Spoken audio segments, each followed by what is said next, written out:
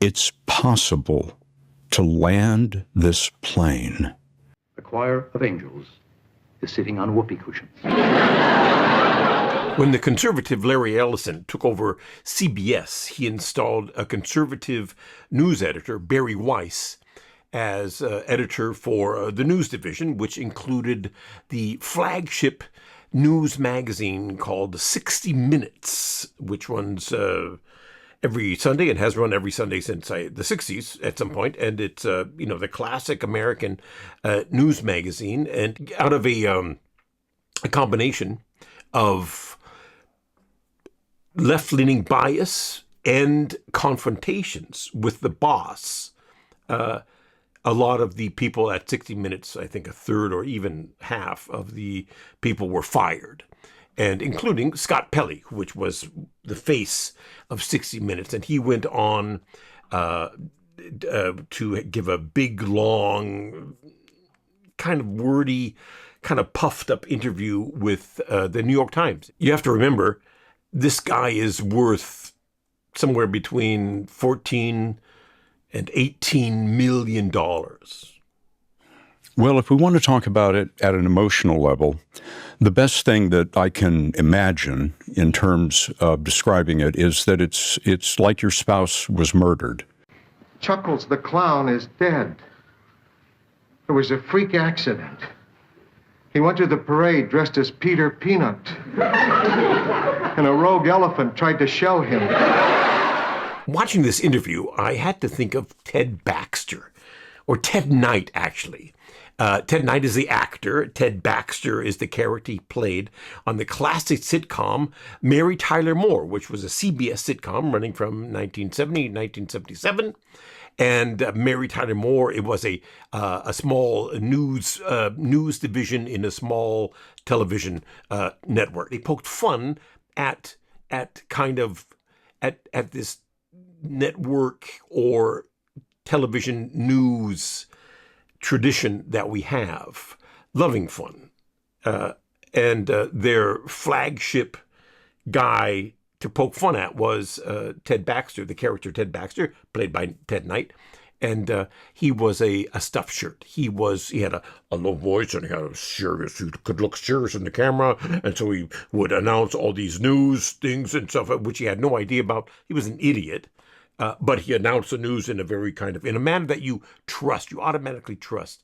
And he kind of grew into this character of this person that everyone trusts and admires and looks up to, even though he's an idiot. And this note for pretty Twin Cities Collins. The Chamber of Commerce announces they're beginning to take applications for the Queen of the Winter Carnival. So all you pink-nosed little snow bunnies. Mary, can't you see I'm doing the news?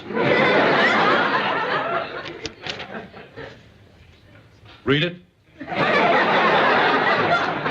right. Out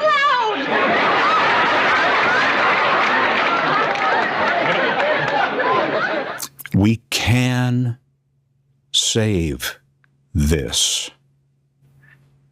It's possible to land this plane.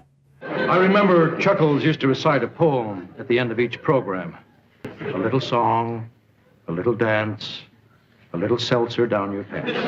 And this institution that I love so much, you said that I've been there 37 years. I've been married 42 years. So that's the depth of my devotion. Listen, Murray, anybody who's been married 18 years and hasn't fooled around isn't normal. No one saw the Black Thursday massacre coming. Now, let's say you're the Minnesota Vikings. And every time you play the Green Bay Packers, it's a great game. But that doesn't mean that's the only team you want to play. You don't want to play them every Sunday for the rest of your life. Hey, little Chicago Bears, Kansas City Chiefs, little Houston Oilers.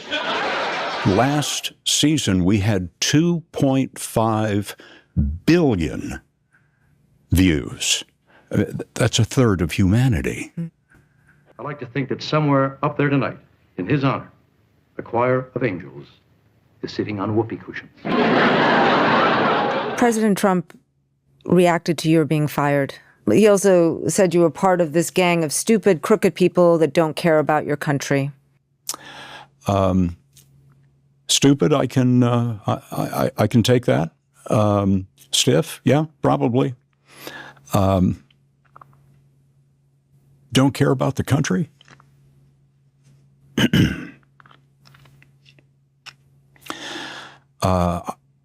I've never worn the uniform,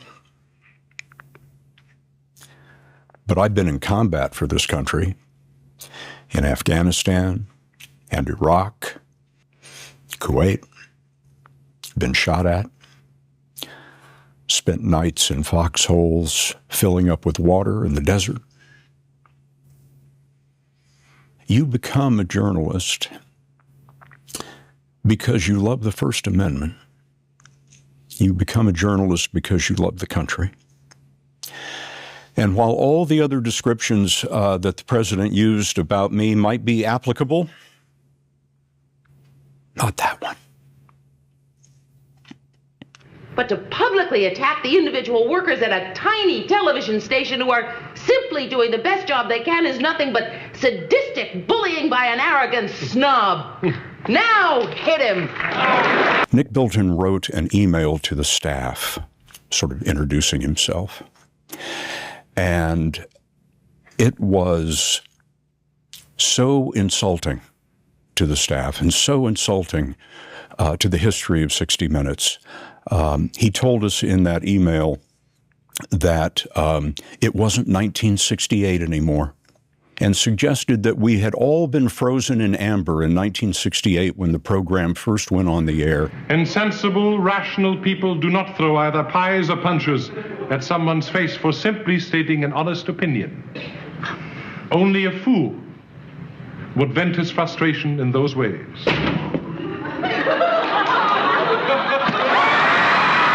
It was doing great, so why are we making these changes?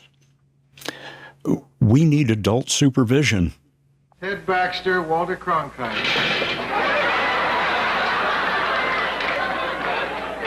It's an honor to meet you, Mr. Cronkite. Call me Walter.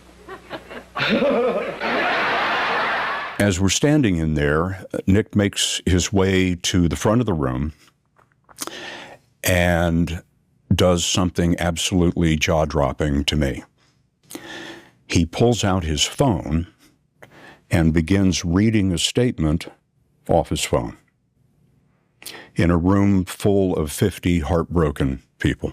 The callousness, the tone deafness of that, you could hear the groan in the room when that happened. Maybe you'll need this. Does it normally toast good news with champagne? This, of course, it's bad news. If it's bad news, Lou, I'd rather not hear it. Ted. I'm not strong, Lou. Some people take bad news rather well. I mean, it rolls right off their back. But not me. I take bad news badly. I don't want to hear any bad news. Ted, I can't help it. Sure you can, Lou. But if you were thinking of firing me, you could change your mind. The callousness, the inhumanity,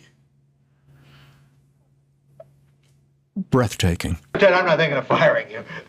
Well, that's great news. That wasn't the news. Lou, I can't take bad news. Unless it's about you, I might be strong enough for that. What company in the world treats their precious people in that way? Now, Ted, I'm going to give you some bad news, and I want you to take it like a man. Because if you can just reach deep down into yourself and find that inner strength, I always felt that you have, you'll be all right. And what's more, you'll gain from knowing all this because you'll know that you're a real man. Oh, Lou. Why me, Lou? Why me? What have I done to deserve this? Ted, I haven't told it to you yet. You mean it gets worse? They'd put out a big spread of bagels like we were all going to feel better. It was really quite amazing.